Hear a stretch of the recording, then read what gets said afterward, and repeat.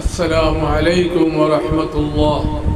সম্মানিত দর্শকবৃন্দ, আজকে অত্যন্ত গুরুত্বপূর্ণ একটি আমল আপনাদেরকে বাতলাইতেছি, যেটার নাম হইল দোয়ায়ে ইউনুস। যে দোয়া পড়ার কারণে ইউনুস আলাইহিস সালাম মাছের পেট থেকে বাইর হয়েছিলেন, আর বিপদের সময় এই দোয়া পড়েন। যে দোয়ার নাম হইল দোয়ায়ে ইউনুস। লা ইলাহা ইল্লা আনতা সুবহানাকা ইন্নী কুনতু মিনাজ জালিমিন। 313 বার পড়িবেন।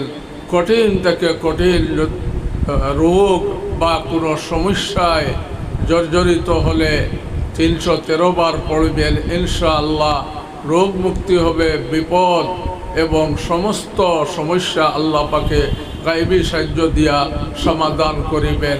313 বার বললাম কেন? সাহাবায়ে কেরাম বদরের যুদ্ধে 313 জন ছিলেন। আল্লাহ পাকে এই 313 জনকে জয়লাভ করছিলেন।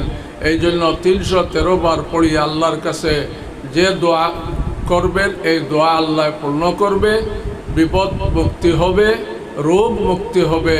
এই জন্য মেহরবানি করিয়া এই দোয়াটা বেশি বেশি করিয়া 313 বার পড়িয়া আল্লাহর কাছে চাইবেন।